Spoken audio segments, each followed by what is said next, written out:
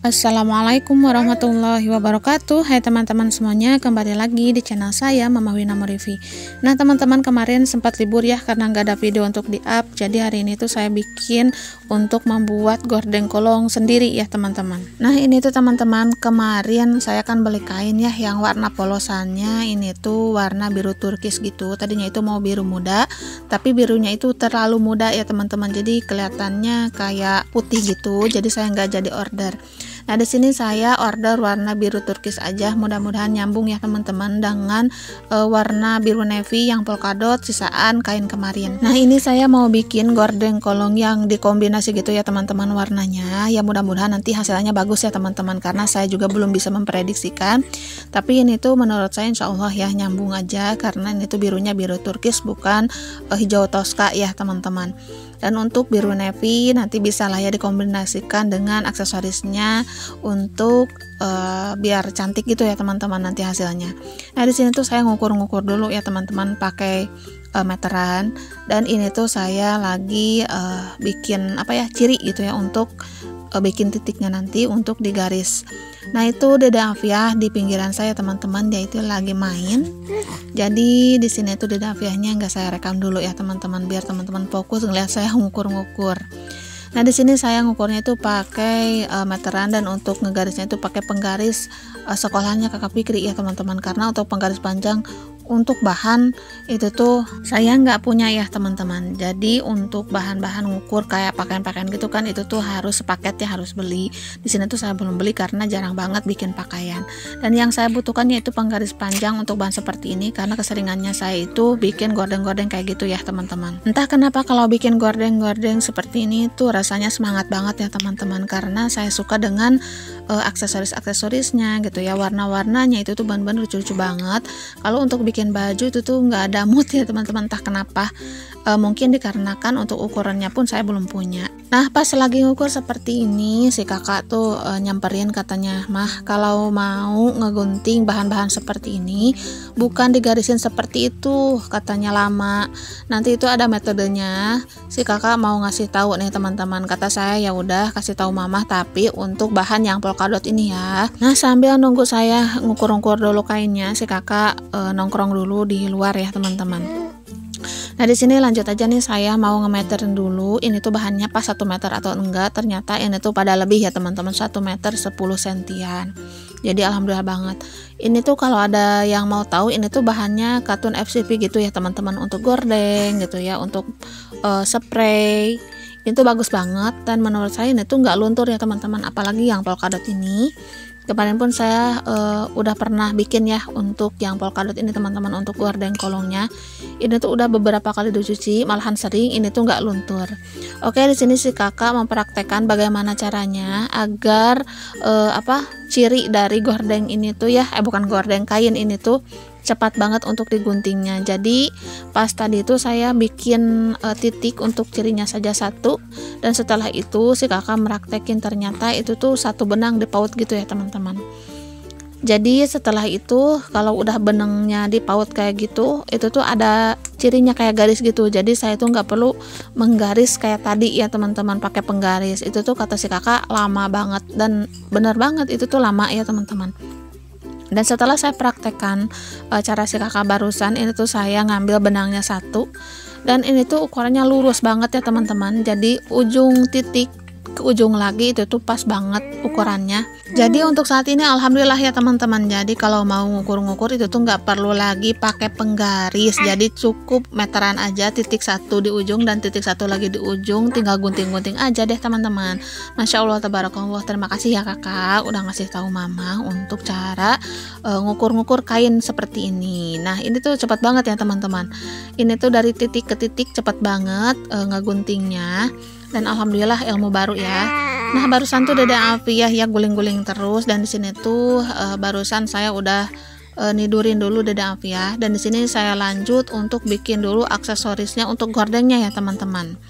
Dan untuk menjahitnya belum sekarang ya, karena sebagai ibu rumah tangga, apalagi udah ada baby seperti ini, saya tuh mau masak-masak dulu gitu ya. Jadi nggak langsung full langsung dijahit langsung beres ya. Jadi ini tuh part satunya aja dulu teman-teman.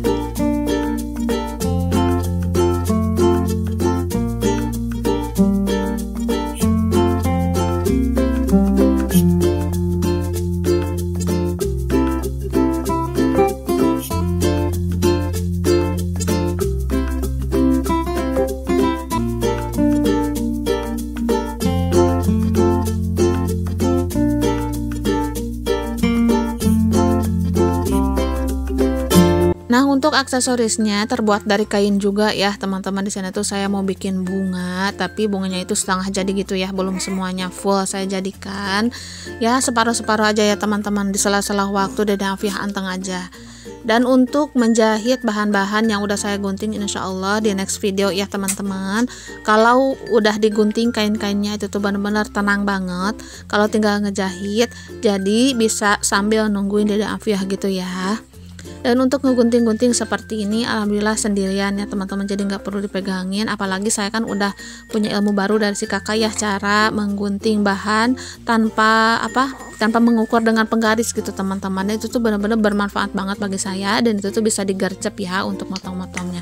Nah ini dia bunganya ya, udah jadi, baru jadi setengah jadi gitu ya teman-teman, dan belum ditambahkan aksesoris yang lainnya.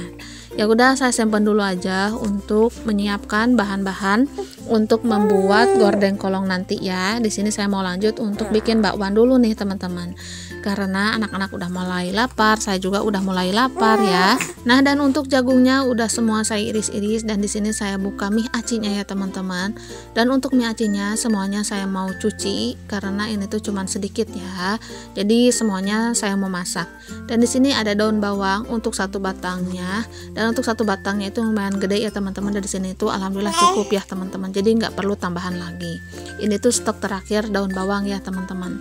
Dan itu kemarin beli dari Kang Sayur, karena kalau stok daun bawang dari pasar itu tuh udah habis ya. Dan untuk saat ini belum belanja ke pasar lagi teman-teman. Sedangkan stok di kulkas itu udah mulai menipis ya. Tapi di sini saya mau habisin dulu stok yang ada ya teman-teman, karena mubazir ya kalau disisa-sisa.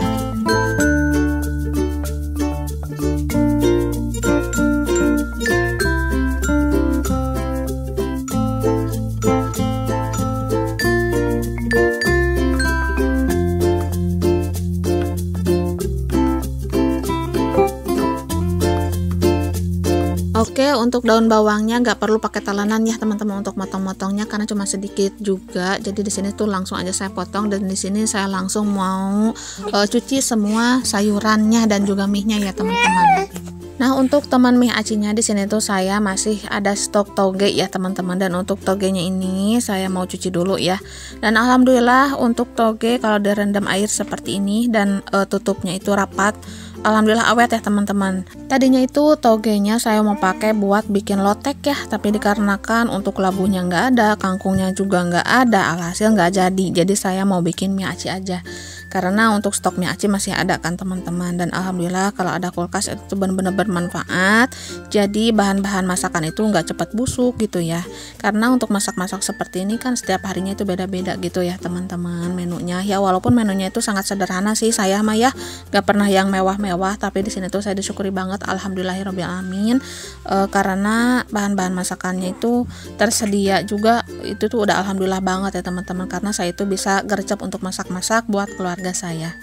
Nah, di sini langsung aja nih saya cuci togenya ya teman-teman, dan untuk togenya lumayan banyak sih menurut saya mah. Dan di sini saya habisin aja, nggak disisa-sisa ya teman-teman, karena takutnya nanti kelamaan gitu ya. Dan ini untuk toplesnya dan juga food container habis dipakai itu nggak langsung saya cuci. Di sini saya mau gercep untuk masak dulu ya teman-teman, karena mumpung Dede Afiahnya masih bobo ya. Oke, di sini habis cuci mie aci, jangan lupa cuci tangan ya teman-teman, karena lalunya ya laleur gitu, karena mie aci mah ada minyaknya. Oke, di sini saya udah manasin minyak, lanjut aja untuk menggoreng bawang merah ya teman-teman. Dan di sini tuh bahan-bahannya cuma bawang merah aja. Terus saya masukin mie acinya ya teman-teman. Setelah ini saya masukin togenya ya teman-teman. Seharusnya nama tadi tuh toge duluan ya, biar agak matang gitu. Tapi nggak apa-apa, di sini saya maunya togenya itu agak crunchy gitu. Ya udah, untuk bumbunya saya kasih kaldu sapi ya. Untuk kaldu ayamnya habis teman-teman di Kang Sayurnya, adanya cuman itu. Dan saya itu belum stok lagi ke grosir ya teman-teman untuk perbumbuan, persabunan, karena belum sempet ya teman-teman, Pak suami belum pulang juga. Oke, di sini untuk mie-nya sudah matang ya teman-teman. Lanjut aja saya wadahin, karena untuk masak mie aci seperti ini tuh nggak perlu lama. Nah, untuk wajannya saya cuci, dan setelah cuci saya manasin minyak, dan minyaknya itu agak banyak karena ini tuh untuk menggoreng bakwan ya teman-teman. Dan di kulkas ada stok jagung, jadi habisin aja semuanya untuk jagungnya, karena cuma 4. Untuk jagungnya pun pendek-pendek ya teman-teman, gak terlalu gede-gede, gak terlalu panjang-panjang juga. Jadi saya habisin stok jagungnya semuanya.